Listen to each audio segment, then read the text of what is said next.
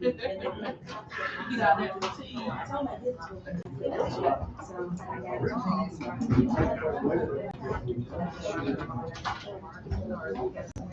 Okay. We're gonna go ahead and good afternoon. We're gonna go ahead and call our work session to order. At this time, if you all please stand. You will bow your heads for a moment of prayer. Father God, we thank you for this opportunity, Lord Jesus. We ask you to continue to bless us as we go to and from. We ask you to bless all of our citizens. We thank you for allowing us to stand here. We ask you to impart our minds to do what is best, not only for this city, but allow us to allow you to show up in us. These and all prayers we ask in Jesus' name. In Jesus' name we do pray. Amen. Amen. Attention, salute, pledge. Pledge allegiance to the flag of the United States of America and to the republic for which it stands, one nation, under God, indivisible, with liberty and justice for all. Thank y'all so much for that. At this time, this is a work session. It's pretty informal. We'll have new business discussion. Chris Hardy is going to talk to us about gas and rate discussion.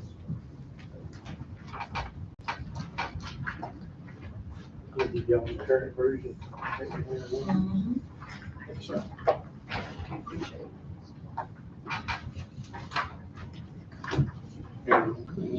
What we're discussing. What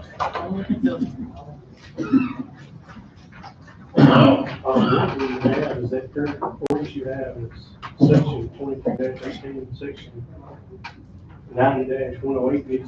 We were looking to change the industrial and add a line up under F on that back page. It would say, superintendent utilities must enter into new contracts with customers for industrial service when that individual's usage is anticipated to be such a volume that we justify a separate gas contract and just what's set up there initially. And you can see what's on the first page, that section 5 is something similar already in there. It just needs to be moved over on the last page into that code for urban industrial. Well, what we're looking at that, the gas guardian and the clerk agree that's where the move needs to be made. Just take it out of that general portion and put it in that code section for that deferment industrial customer, or there's no customer that currently need natural gas industrial wise. So we're in a similar situation as some of the other utilities there. But having this option would allow that superintendent the ability to compare rates to other cities and be able to hopefully attract more industrials in here. And then at the same time, we get in our coverage area and we can serve those customers. And, you could, those contracts could also allow for changes in, if they increase volume, then we could maybe do some changes in their rate, or maybe they move to a different, to an interruptible rate or something like that. But it also helped us where we could recover some of the capital investment if we had to expand out to, or if we had to upgrade our system to get pressure to them, things like that. We can build it into the rate versus just having a standard so long rate for one customer. Would this be based, I haven't read this whole thing, but would this be based on like a minimum flow? Right. So in section G on that, F on that last page, all those sections right there tell you what it takes to be a firm industrial customer. Okay. So that customer has to be 10,000 MCF a month on average. So you can qualify to be a firm industrial.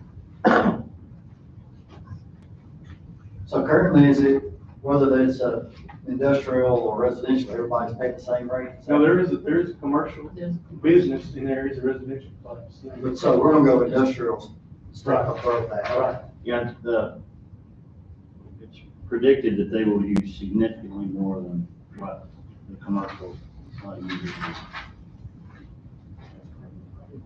Any other questions or comments? So now it's set up for or it reads, the city has the ability to do this, and you want to change it to superintendent of utilities has the ability. Right, and only have it in the industrial sections.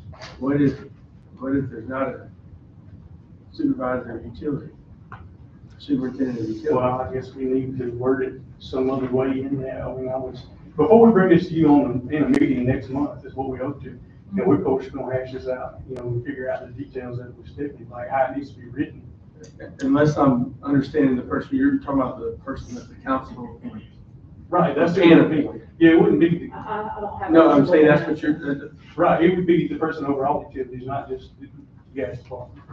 so that's what I'm saying, if the council of the future, didn't appoint that person, then this ordinance would be no good. So it may want to be, the Yeah. wording of it may need to be. Yeah, that's what we need to work with, on that wording, is it, the city itself, or does it be the, superintendent of utilities, or how it needs to be worded, that's what, I'm not unsure of, that's why we didn't bring it to a vote tonight, we just kind of discussed it, to see your thoughts on it. Any other questions, comments? I might just call you, I'm gonna call you whenever. Yeah. Think about it. Yeah, we kind of thought on that, that's, if you see more in there that you don't understand, you need some more explanation. I'm good. Thank you. Thank you. Appreciate it. Real quick, Whoever is over, when we go this way, I know this is more for long term, do we have anybody currently that is producing, that could get to that point? No. Okay. I believe the view is that, with current plans, that we probably will have. All right, we do that, because we Okay. could get this way. I just didn't know if we Maybe had 230, anybody. but, no. Okay. Nobody's even close. Okay. We're gonna have one industrial customer, it's gonna be Two Rivers. And they're supposed to go into production in August. So this is something that's gotta be addressed Right. soon enough so that the rate can be established, so that we'll more like. Right, and what we proposed above, that 10,000 is, about 4 or 5 times that. Okay. thank you, appreciate it. Next, we're gonna talk about, the proposed tax for sewer. As you all know, we stopped, we, did not increase fees for, citizens. We did not go up that 7% for this year and next year. But what we have been looking at is a infrastructure tax that we would actually tack on to our customers who use our hotels. I did ask Ms. Roaming, to run some, numbers for us, and what she proposed we needed to make up for that, 7% that we are not receiving is $267,000 needed. Our thoughts are 6% would actually produce approximately $279,000. A 6% tax on those customers would produce approximately $279,000 yearly. Because we will not probably start this until March, because we'll have to get the plan together, put it out there and vote on it. That won't happen until February. Because we will not probably start this until March 1st, we will need to do 10% for year one, with an estimated $271,000, and then adjust the rate to 6% starting, after that, to keep us where we need to be to stay above it. She also brought up, if we had if campsite is included, then an initial of 8% first year and reduced to 5% after that would accomplish the desired results. What are your thoughts on that? Any discussions, comments? How do y'all feel? I was wondering, somebody's wrong, I didn't think about it till the day when I called her. Do we get Airbnb stuff as well? Is that covered under our umbrella of lodging tax? Yes. I know the county does. I wasn't sure, and I know the county It's can't really within do our city anything. limits, we collect. Yes. Okay, so we are doing that. Yes. Because that was one question that popped in my head about that, to make sure we're Yeah. covering those areas. Yeah, and I think that business will continue to grow too. And I think Romy had a great idea of adding the camping, because that's really a big part of the tourists that come here. And actually will help with it a lot, and actually bring it down some, so. I think that's a great idea to get us where we need to get, in my opinion. Any other thoughts? If we, just for understanding, if we do go forward with this and we earmark it, if we're earmarking it for, if this is a general fund tax, can we use this to pay for an enterprise fund? So my discussion with Romy was it will be earmarked specifically for sewage For the first 2 or 3 years, and after and the that, utility budget. You can't do it for just 2 or 3 years. That's not gonna make sewer whole. Right now, we have a $2 million deficit in sewer annually. Yeah, If you take $279,000 off that, what does that leave? $1.8 million, something like that. For the next 3 years, I mean, 3 years, you still got a $1.8 million deficit. With the way our 5-year plan was scheduled, was that by the end of 2026, with the 2% increases, we would still be $600,000 in the hole with a deficit in sewer. So as far as pulling it off in 3 years, all you're doing is putting us right back where we're at. so if we, let's say we continued and we had the 7% tax for 2 years, we would still have a $600,000 deficit. So we would still have this $600,000 deficit in 2 years if we did this, and then if we added another year, where would we be? I think the numbers, either way you go, we were not gonna make up $2 million in 2 years with a 7% increase on citizens. Is my take on that. no, I agree. I just want to make sure from I guess the way I asked the question may not be right, but from a legality standpoint, can we use general funds to pay for? No. So that's what the idea of this is I'm 100% on board with, but trying to figure out a way for us to do it to where we're not going to catch any legal issues because we're using general Well, we funds. would earmark it, we can't earmark it. Romy's comment. So we can earmark She can general fund. specifically. Okay. We can earmark this tax for these funds for that. Now, there's also some cities, what some cities have done, they've actually instituted, and I think you all got that from, Sandra. Some cities have instituted, a room fee, anywhere from $2 to $5, $7, $8. And what they do is there's a daily room fee if you come in and use a hotel, and they use that money to go, it does the same thing, it goes to that tax or whatever you wanna call it, and then that money goes for whatever they wanna use it for. That's another option. Yeah. So it's pretty much, but now, these are the numbers that Romy is looking at percentage wise. And her recommendation, if you include campsite, is 8% first year, and then you reduce to 5% after that, and that would accomplish the desired result. We're trying to make up for what the 7% would be, thank you, ma'am. We were trying to make up what the 7% would be. I don't think those, excuse me, I don't think those bed fees are $5 and $6 and $7. I think $2 they're and $1, $2. One of them was 5, one of them was 3. They'll actually be the highest lodging tax in the state of Alabama. Just so you know that. Okay. So, and then the other, what I like about Romy did is it's graduated, Right. so it will come down after the first year. And secondly, with kind of our plan for the future of the city and sewage fees and all the investments that have been made with Graphite Plant, with Wicker Point, with hopefully Willow Point, Wind Creek, we will see sewage rates significantly increase based on what's already been invested. So, Rates or revenue? revenue. Any other questions, comments?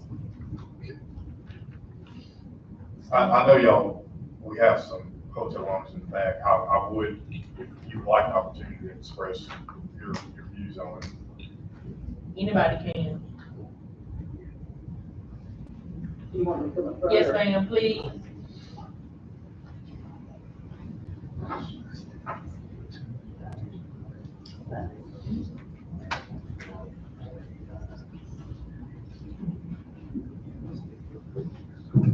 Well, I'm here to represent all the hoteliers here in town. You did answer a few of the questions that I had about whether the bed and breakfast and some of the other places are going to be charged too. Mm-hmm. But we still have a hard time deciding why you're just pinpointing everything on the hotels. You go up on our rates that much, and we're gonna have to give discounts. the discounts come out of our pockets and out of our money that we have to pay our bills with, that we have to pay our employees with. And then you also lose money on your lodging taxes that way too, whenever we have to lower our rates. We discussed this not long ago, that this problem's been here for a long time, and it wasn't taken care of. But I don't think it's our place to have to put the whole bill to this. And if you're talking about going up 10%, we're talking over 20% for just added on to our taxes for the rooms. Nobody's gonna wanna pay that. We're gonna lose our customers. And how long is it gonna be before we get raises after this? Because we have franchise fees to pay, we have, I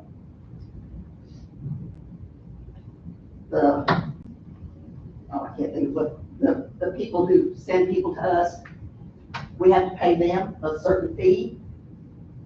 And we have all of our food and the things that we have to keep the hotel running, such as linen. We have all that on them too. It's just unfair. Most of the people we have, well, I wouldn't say most, but most of the people are not really tourists that come into our hotels. What is there here for tourists?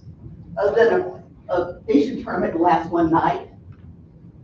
Baseball might last 2, 3 nights the most. A wedding, a reunion, that's just a weekend stays.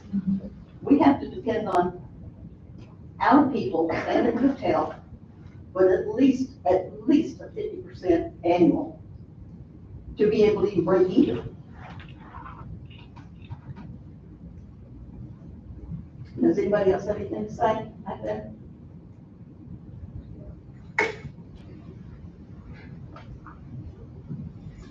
I'll let Deval have it. I just got a few, we already discussed this back in our back meeting about possibility of losing revenue.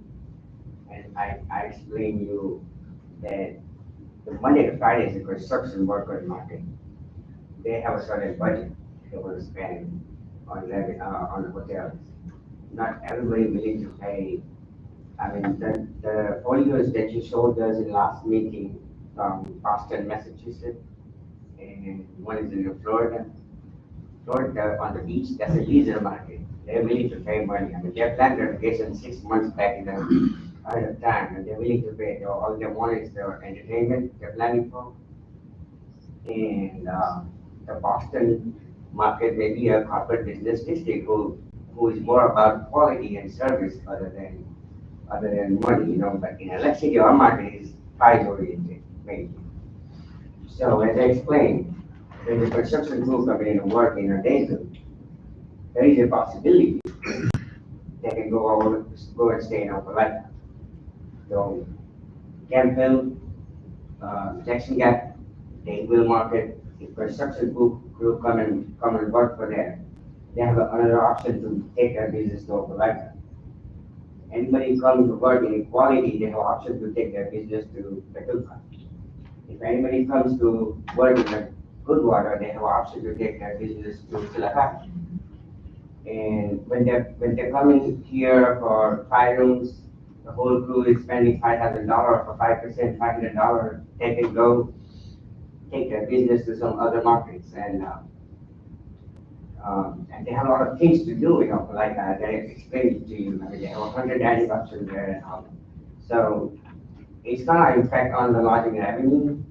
And at the end of the day, if we have a less revenue, city gonna have a less lodging collection as well. So I just requested you in the back meeting, just within office, I mean, why just hotels, I mean, gas stations, other restaurants there. I mean, we all can take this burden, about few percentage and, make it happen rather than just in a hotel, 4-5% increase is the highest in Alabama.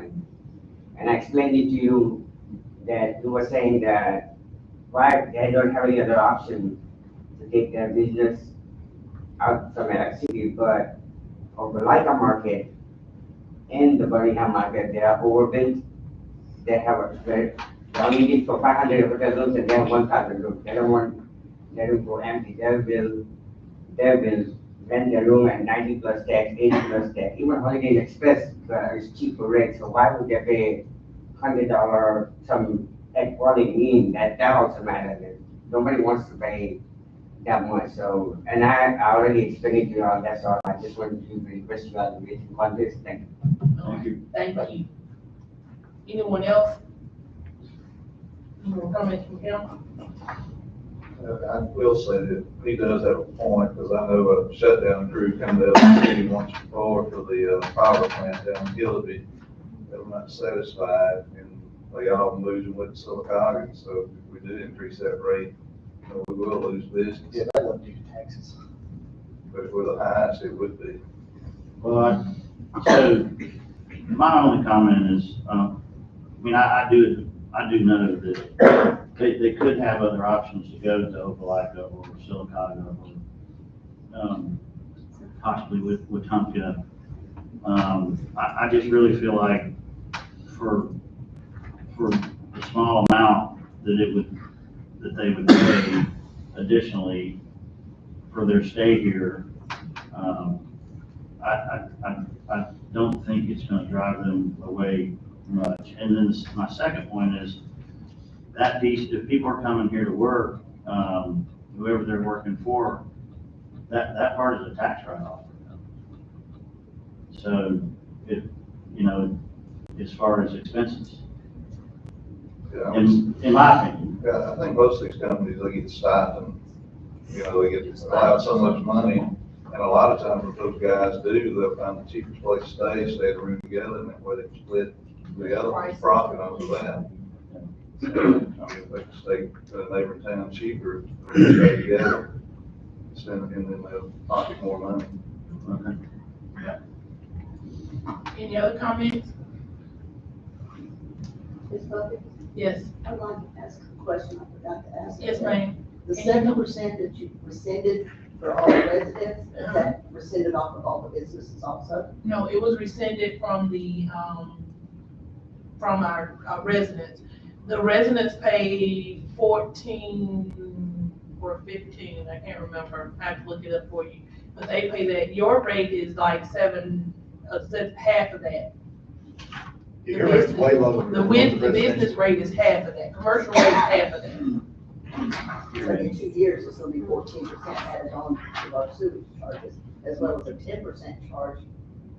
No, it doesn't add on to your sewage, it's add on to your customers' Right, pay. It's not added on to your rate at all. It doesn't change your rate at all. well, we have to pay for it. Well, they're gonna pay for it when they rent your room. When you put it on a line item of room cost, your customer's gonna pay that room cost. No, I'm not talking Commercial about still that. paying So you're, I'm talking. Correct, her sewage is not gonna change. Her sewage rate is not gonna It's change. gonna go up 7% this year. No, we only voted on residential. Yes, you only voted on rescinding residential. Yeah. Commercial will still get the increase. Okay, so for the residential next 2 rate, years. residential rate right now is $15.53 per thousand. Commercial rate is $7.35 per thousand. So your rate is $7.35 per thousand right now, but residents are paying $15.53 per thousand. 1452. We didn't go up. Yeah, I'm 7. sorry, $14.52. I'm trying to look over Chris's hands. $14.52 is what the residents pay per thousand, and you all pay $7.35 per No, thousand. 687. They're here. Oh, no, they do go up. Yeah, they're $7.35. So that's where we're at with the rates themselves. You all pay half of what the citizens pay right now in your sewer rate. When you go up to 7% on that, and then add the other 10% that you're talking about. The $7 is your 7% increase. $7.35 is your 7% increase. The 10%, yes, it's $7.35. It's $7.35. That is your 7% increase. For this year, for 25. And then in 26, you'll go up to 786. You go to Plus 7.80. any of the room fees or lodging, whatever they're doing, you know, whatever that's where you'll be. Got it. Good. Did I answer your question? Yes. Okay. All right. Okay. Any other questions or comments? At this time, we will hear Amanda on the development update.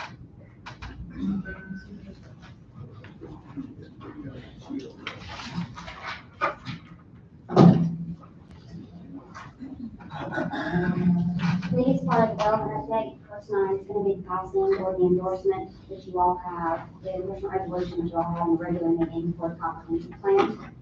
That was approved by the planning commission. You've all seen that draft resolution in the second. They approved that the first part of this month, so we're asking for your endorsement. From the development update, what I've done here is a comprehensive plan as well as the guiding statement of plan values and focus areas. So development updates when you hear full will be on a quarterly basis, not on a monthly. And every time I come to you to inform you of projects and things, you will be broken down into the 5 categories of the comprehensive plan to make sure that everything that we're doing from a planning and development standpoint and other areas that we're involved in are under, that align with that comprehensive plan. Furthermore, the planning commission is also supposed to give you an annual update concerning that plan. So you will have a quarterly, but then they will have it written to you annually. So we'll get all that in order in 2025. That guiding statement originally, that was where it says Alexander City is a community that supports its residents, is what I've got written here. It was originally working class. The planning commission asked to change that. That was the only change at the last meeting. And connects with its environments and celebrates its unique character. The plan values, of course, are coordination, cooperation, and collaboration. And then housing, legibility, and downtown economic development, creating green infrastructure. From a housing standpoint, where we sit in January of 25, we have a lot of interest right now. I told you about this back in December, but things are moving forward and evolving. If we could get these 3 or 4 or 5 things to hit, as I would say, we would already be on the forward part of the housing to have a diverse housing market for our citizens, as well as recruitment for new citizens or residents. Legibility and image, that spring cleanup, Aaron was going to talk to you all tonight, but he ended up having to go home. He's a little under weather. March of 25, he would like to do that. He's got a lot of people that want to volunteer as well as contractors to help with that, especially with those citizens that are elderly that can't really get out and help. He is asking though if you all as council members would like to support that and maybe sponsor a dumpster or something based on the area that they will be working in. He's gonna work on a schedule, he's gonna work on all of that and coordinate and then with you all, but if you would all like to donate, that would be great, our discretionary funds. Dilapidated structure program, he is working on 6. He's with, of course, that's a collaborative effort across multiple departments. He's got 2 more to do, and then FY 25 condemnation. Jay is actually, he came in with 20 envelopes a little bit ago, so we will be bringing those to you. So what he's done is he's sending those out tomorrow and notifying all these property owners saying, hey, we need you to clean it up. So we will be bringing a condemnation resolution hopefully soon. Well, in advance. Planning and development website, we're still under construction beautification board. I've reached out to some people that would like to get that recreated. That is part of our comp plan, of course, and hopefully we can get that done this year. And then that citizen participation plan, that is a compliance with grants that we have to have, federally funded stuff. And I hope to bring that to you in February. Right now it's 7 pages, so it's not going to be any more than that, but just get that updated. The downtown, and also in this, I've just hit the high points of what the goal is for each of those areas, those focus areas too. So the downtown building, the contractor's supposed to start this week, and he's going to be putting the brick on each side of the doorway, and then he's going to be building the electrical panel. He's been in conjunction and efforts with Aaron as well as Public Works on that. The nutrition center, you probably heard a little bit of stuff going on about that. We really think that we have a sustainable solution to that. The mayor, as well as the property owner, have come to an agreement on the dollar amount. We're going to be asking you all this coming Monday on the 3rd for you all to, allow us to amend the budget. I believe it's gonna be $55,000 for this year. And then, 2 purchase agreements, one is for contents, one is for real property. And then for us, for the mayor to move forward with, loan documents to sign, execute all those. East Alabama has already looked at that, they've inspected it from the APSS, we looked at it from the ADA, I've already pulled all the permits for it, it was updated in 21, commercial update, so we have all of that standard. So hopefully you all will, continue to support us on that, we can get our ladies and our nutrition congregate in a good place. HBC, we're asking you all for 2 appointments tonight, that's gonna be Susan Crispin as well as Mark Sullivan. Moving forward on that, Mallory has done a great job as secretary of that board, and she's also putting together a visit for HBC to go, hopefully visit a sister city local, nearby city, so that we can see how they're protecting their historic districts and what they're doing. And so our HBC is really involved in that. Economic Development, 2 Rivers, just a little bit ago, working on that application, we got to get it in, this week. I'm working with East Alabama on those 2 ARC and the CDBG portion. Then downtown water project, we'll see that starting soon. The green and gray infrastructure. One thing that we haven't talked about with you all is the Dragon School property. We will be acquiring that in August of 26. We're going to need some help with that when it comes to the maintenance. I've asked for Dr. Reyes for the maintenance records. I've asked them to report everything concerning that school that they've got. Their goal is to have it to us spring break of this year.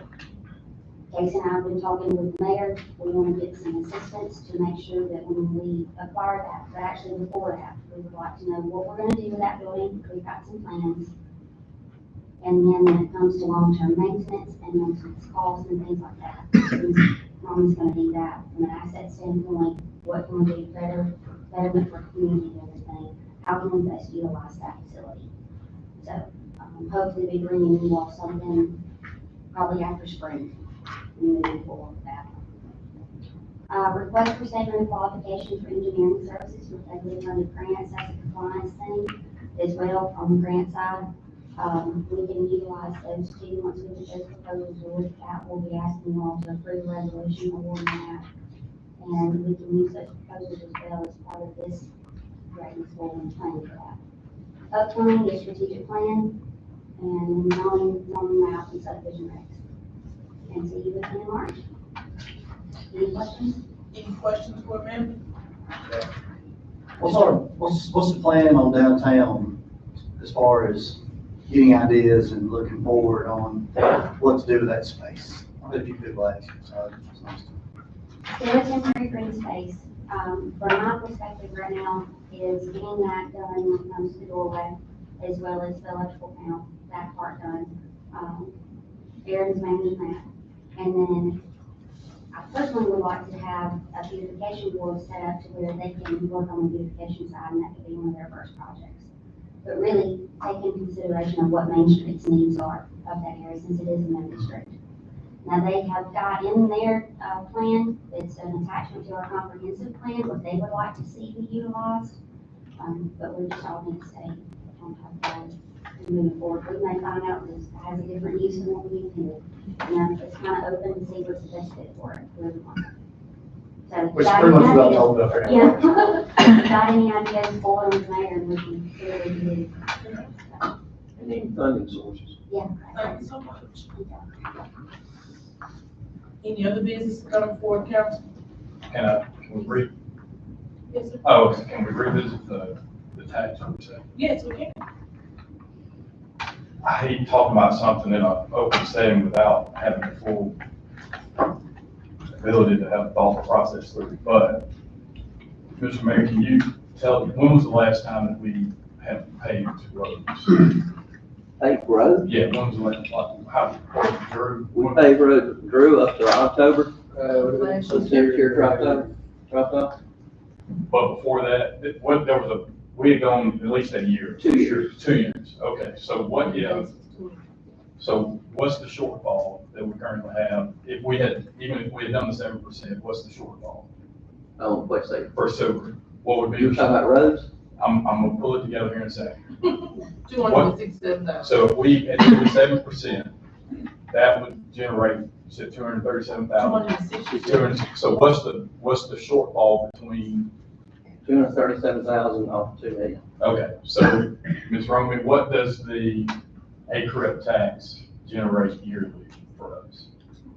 This year's budget, 1.8 million. 1.8 million. So we've already established a precedent in our community where we did pay for a period of time. So what if we either looked at changing the name of ACREP to an infrastructure improvement plan, which then gives the council and the mayor's office the authority or the leeway to use it as they see fit from an infrastructure standpoint. So if we could change it to that, to where we utilize that, that's the 1.8 million, and that offsets the cost of what we need to do. It may not make sense, so I just need to know if that, yes, sir. Y'all set that up as a sales tax to pay roads. Yes, sir. So that's what I'm saying. If we shift it from an either, if we've already established that we have gone a period of time without paving because it wasn't. But the money's sitting there to pay roads. Now, Now you will take it with sewer, which is wasn't what you. Not necessarily sewer. I'm just talking, I'm trying to figure out what's the best scenario. This is what happened to us when this first came up, was that we basically got forced to have to talk about something without fully having the ability to talk to everybody that it was going to impact. So I guess I'm just trying to look at if you change the verbiage of the ordinance to infrastructure instead of, which is what most people would do anyway, wouldn't have just gone for roads. Some have it for roads, but there are communities that would have an infrastructure tax set up. So if we change the ordinance from roads to infrastructure, and the council and or mayor's office utilize the funding to offset, because this is what the money's going for, we're short because we have to put money back into our infrastructure for the sewer. So you can still be using tax money to benefit the community. And hopefully, within the next couple of years, with the work we're doing in the county's office, we're getting to a point where we could go to the bond market and we wouldn't have to worry about that tax. We could use that money to go pay for the roads. I get that we have to address the sewer, but I think that I can see where this is going to be a major issue for some other people, but we got forced to talk about something without having the full knowledge of how it's going to impact. And that's not fair to the council either, because some of this got misconstrued because there were a lot of hotel owners who thought they were getting a sewer tax. It wasn't a sewer tax. So I guess I'm just looking for some alternative ways outside of the current proposal that Councilman Phillips had, which I think is great, but it may not be something that is sustainable. To the mayor's point, if we're only going to do it for 3 years, we're still going to be short long term. So just looking at a way for us to utilize the funding source that's already in play. So I kind of think we need to also look at the blurred line between the general fund items and the enterprise. Which is what I asked earlier, could we spend general fund money for enterprise projects? Over long term, where the sewer is a service that people pay for. Okay, y'all, I'm gonna get into it while y'all sitting out there in the audience and not coming to the, mic. Y'all need to come to the mic if you're speaking. Just tell me if it's correct. Let me explain, 2 or 3 points here. Number one, you never, ever, ever pay roads with bond money, because you're still gonna be paying the bond money out when the roads are wore out, okay? That's just not smart move. Number two, the reason we didn't pay for 2 years was because of COVID. Asphalt went through the ceiling. It was what, approaching $200 a ton? And we were gonna get, with the acreage we had at the time, we were gonna be able to pave 3 miles. That's not even worth paying the mobilization cost of the paver. So we held off because hoping that the price would come down after COVID passed, which it did. Well, that gave us a little bit of a surplus for 2 years. If we stop paving roads, we need every penny we got on roads, 180 miles of roads. And we were paving like 5 or 6 a year forever. We were doing 17 last year, 2 years built up. We're hoping to get to where we can do 10 to 12 every year. But put 10 into 180, it's gonna take us 18 years to get all the roads paved. So, and the asphalt will last 7 to 10 years, so we're still behind the power curve. I get it. I mean, and I know that sounded crazy when I'm saying, but I think that there's something in play now that I bet we could restructure the way that the revenue is being spent to do this, or either look at some other, which is what we've done forever, was use those. I know we don't want to do that. Each utility should be self-sustaining, but even with these increases, we still want them to be self-sustaining. So we're looking at whatever overage we have in some of these other departments in the short term until we can get a handle on everything, because we're never going to catch up, even with these increases. You look at 7, 8 more years before we're at a point to where we're even, and that's 35%. Expansion of the service is how we catch up, and we're doing that. We don't know what effect that's gonna be or how long it's gonna take us to expand that service. I'm thinking 3 years to get enough customers. That's if graphite ever comes online, to give us enough customers to break even on sewer. At the point you break even on sewer, then that's fine, but if we're dependent on this additional revenue to break even on sewer, then all of a sudden we break even on sewer, you can't take it away. We go back in the office. But see, this one, we need to be able to talk some of this out. Like, what I'm saying didn't make sense, that's fine. Because when I could see that it didn't, but I think that there is something in place. There has to be something in place to where there's some additional funding or a restructuring of where the revenue is going for us to look. And if there's not, then we need some more time, I think. We may not can do it by March. And if that's an issue, then that's an issue. But maybe, I think we're being forced to make a quick decision on something that when we initially made the increase, we spent 6 months working on that before we even made the decision that we were going to make the increase. And now we have to make The first sewage plan we had, like sewer hole, took us almost a year to put together. So that's almost a year. So we're Maybe you should have sat down and put a plan together before you proposed. That's what I asked you to do. No, you didn't ask me. Yeah, I asked y'all standing right there. I asked the council for postpone the rescinding the rate until you had this put together. There was no proposed plan that was ready for public consumption. During the meeting, it became public consumption, which then forced the council to have to start answering questions about things that we weren't prepared to. It was a general conversation initially as how this was coming as an alternative to the 7% increase. So having an alternative to something that wasn't going to impact the residents who just had 14% increase, and if you did 2 more years, which you were going to have to do, you're looking almost 30 years over 30% over a 4-year period for the people who, for the most part, aren't even going to see the benefit of the improved infrastructure because we have such an older population. So now, again, which is where I was saying in the previous meeting, the people that are being held responsible for the improvement of our infrastructure is the current citizen who ultimately will, the people who are going to benefit, which my kids will benefit, everybody else's kids, they don't have any investment in it. So that's unfair. That's what the purpose of the bond market would be. So you extend it out for 30 years. So everybody had a piece of the pie in the infrastructure needs that were taking place. Everybody understands that we have to do something about the sewer rates, but 30% over a 4-year period, and you're still $250,000 to $300,000 short. $600,000 short. If we increased it to 4 years, we would still be $600,000 short. With the current number of sewer customers, we're not taking complete consideration of the number of sewer customers we will have by the end of 26. If we're gonna take complete control, a complete look at those numbers as it relates to the 7% increase in 25 and 26 for our customers, then we can also look at that and say, is the same thing that relates to this. Even if we did the 7%, we'd still be $600,000 in the hole. Which is better than 2 million. Which is what you just said. So if we make up that surplus by an infrastructure tax, and then we end up, we're still gonna be in the same hole we were in, $600,000. And we're still looking for the same quantity of customers to come on, which would facilitate that being the right move. The hope is growth over the next 2 to 3 years in sewage customers, which will increase the revenues to the point we need to be at. Right. And I think what Scott is trying to say, and correct me if I'm wrong, if it takes a couple more weeks to go through options, even if it's something that's hybrid, as to where it's shared a little bit through a small lodging tax and a little bit for the other, so be it. We had to put off getting a financial director for 2 months, and we ended up with a fabulous financial director because we chose just, let's make sure that we looked at all of our right options. Just because it was rescinded does not mean it cannot be put back on the agenda as it was. That's the council president can add it just like it was verbatim back onto the agenda if we can't come up with something better.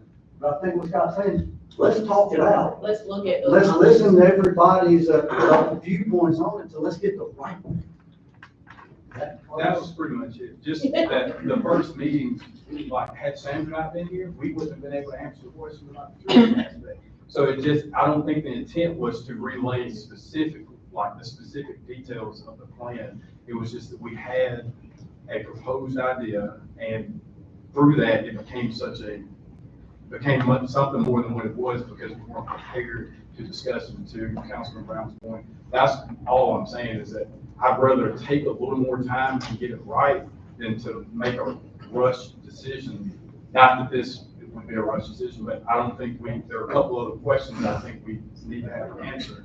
We'll be able to explain to the community or the business community, whoever's impacted, why it's happening and how long it's going to take place, who all is going to be involved, who it impacts. Those things have to be answered by us because we're passing, because that's who go ask the questions. But the whole thing, I was just saying, if we could look and maybe have another work session directly related to this, have Ms. Romey and go through some areas where we have some leeway someplace. Because I can't continue in this seat to keep asking somebody to pay, because I'm paying it too. The people in this community are paying it. Can't ask somebody to pay 30% increase over 4 years when we're still short, which in the way the ordinance is written, anytime that the person in the seat feels that it has to be increased, and we gave them that authority. So we could just be on a 7% increase for the next 5 years. So that's not sustainable for anybody. It was only good for 5 years, it's only good through 26, unless something else is voted in. So do we not have in the ordinance where the superintendent of utilities could adjust the rate as needed? We could, but I wouldn't do that. I wouldn't do that. At that point, we need to start trying to get more customers on to levelize the payments, the rate, so that we can potentially return it to the customer. I get it. I'm just saying it's hard to reject. Like, we thought that one of the industry partners that we would be utilizing for some of this offset in the cost would be active by now. So we can't make decisions on assumptions. Like, this is what we have right now. So we can't say that we're gonna have, now the residential side, yes, we know what's happening there and some of the other construction, but from the industry side, there's no way to say what's gonna happen with that. So I can't make a decision on something blindly by hoping that they're going to do what they're supposed to do. And we represent the people this is impacting. If you're not impacted by the sewer rate, then it's really easy to be nonchalant on the sewer rate. When you're affected by the sewer rate, we represent the people that are affected by the sewer rate. So we have to make sure we do our part, even if it takes these long meetings, even if it's all this back and forth, even if we have to find some middle ground, so be it. That's our job to do it. We can't just rubber stamp and go. Yes, originally this was the plan because it was such a daunting task, but now we've had time to soak it up. Scott said, let's make sure we're looking at everything, not what's just right in front of us. And that is, we're not making a decision on that tonight. We're actually just Oh, yeah. discussing. And that's the process going forward. We will continue to discuss it, and I'm sure Ms. Romey got that question. She'll have an answer for us, because I sent a question and the next day I had an answer or two, whatever. But she answered my question, and broke it down. Everything I read to you was exactly what she told me. So, and I know she's looked at those numbers and figured it out. I'm pretty sure, she will look at it at all angles and figure out what's the best way. I even asked her, how did she feel about this plan? And she told me that's how the campsite thing came up.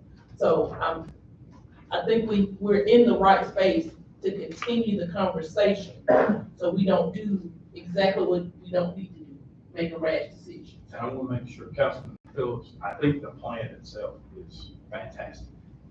But I see both sides, but we're doing something that we're tasked to do, which is, if something didn't work, try to figure out an alternative. So I can appreciate at least looking at a different way of doing something. Sure. Any other business come before the council? Anyone else? Okay, I need a motion to adjourn. All in favor? All right, y'all in about 10 minutes. Thank y'all.